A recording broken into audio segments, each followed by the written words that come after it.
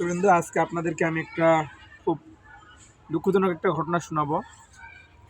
তো আপনারা জানেন যে আমি বিকেলে আজকে কালেকশনে গিয়েছিলাম। তো কালেকশন করে আমি বাসায় যখন মন্দিরে ফিরে এসেছিলাম, তো আমার কাছে এই যে ফোন দেখতে পাচ্ছেন, দুটো ফোন।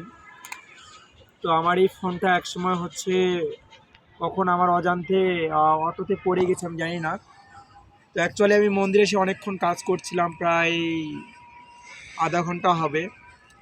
তো কিছুক্ষণ পর নিচ থেকে একজন ব্যক্তি এসে আমাকে বলছে যে আপনাকে অটোওয়ালা ডাকছে। আমি বলছিলাম অটোওয়ালা আমাকে কেন ডাকছে, আমি জানি না কেন ডাকছে আমাকে, আমি তো ভাড়া দিয়ে দিয়েছি। তো নিচে নেমে তখন অটোওয়ালাকে বললাম, ভাই আমি আপনাকে তো ভাড়া দিয়েছি। তো উনি আমাকে বললেন যে আপনার কোনো কিছু হারিয়েছে কি না, আমাকে এটা বললেন। তো তখন আমার মনে হলো যে ঠিক আমার মোবাইলগুলো হয়তো নেই।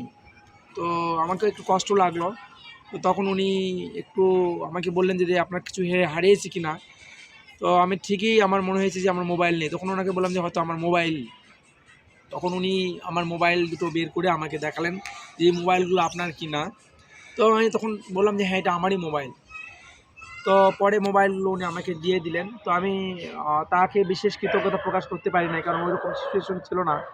তখন আমি খুবই একটু মর্মাহত হয়ে গেছিলাম যে আমার মোবাইলগুলো কীভাবে পকেট থেকে সেখানে তার গাড়িতে পড়ে গিয়েছিল, এবং আধা ঘন্টা পর এসে আমাকে নিয়ে এসে এগুলো আবার মন্দিরে ফেরত দিয়ে যাবে। আর আমি এটা ভাবতেও পারিনি যে পৃথিবীতে এত সুন্দর ভালো মানুষ আছে। তো আমি তার প্রতি বিশেষ কৃতজ্ঞতা বোধ করছি, বিশেষ করে সেই অটো চালক ভাইকে। আমি তাকে চিনি না।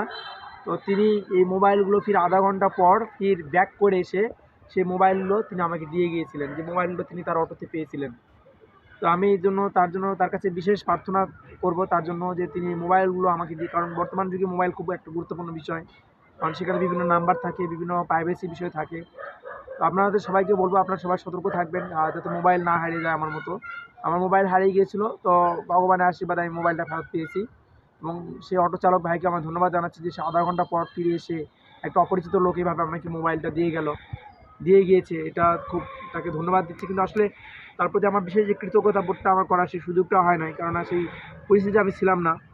কারণ আমি তো যখন মোবাইলটা পেয়েছি তখন তো আমার একটা অন্যরকম ফিলিংস কাজ করছিল, এই জন্যই। তো সবাইকে ধন্যবাদ জানাচ্ছি, এবং সেই সাথে আমি জানি না আসলে পরিশ্রম করে যে জিনিসটা, সেটা অবশ্যই ভগবান হয়তো চায়নি যে আমার একটা হয়তো বড় ধরনের ক্ষতি হোক, কারণ এই মোবাইলটা হারিয়ে গেলে একটা ক্ষতি হয়ে যেত। তো সবাইকে অনেক ধন্যবাদ, ভালো থাকবেন।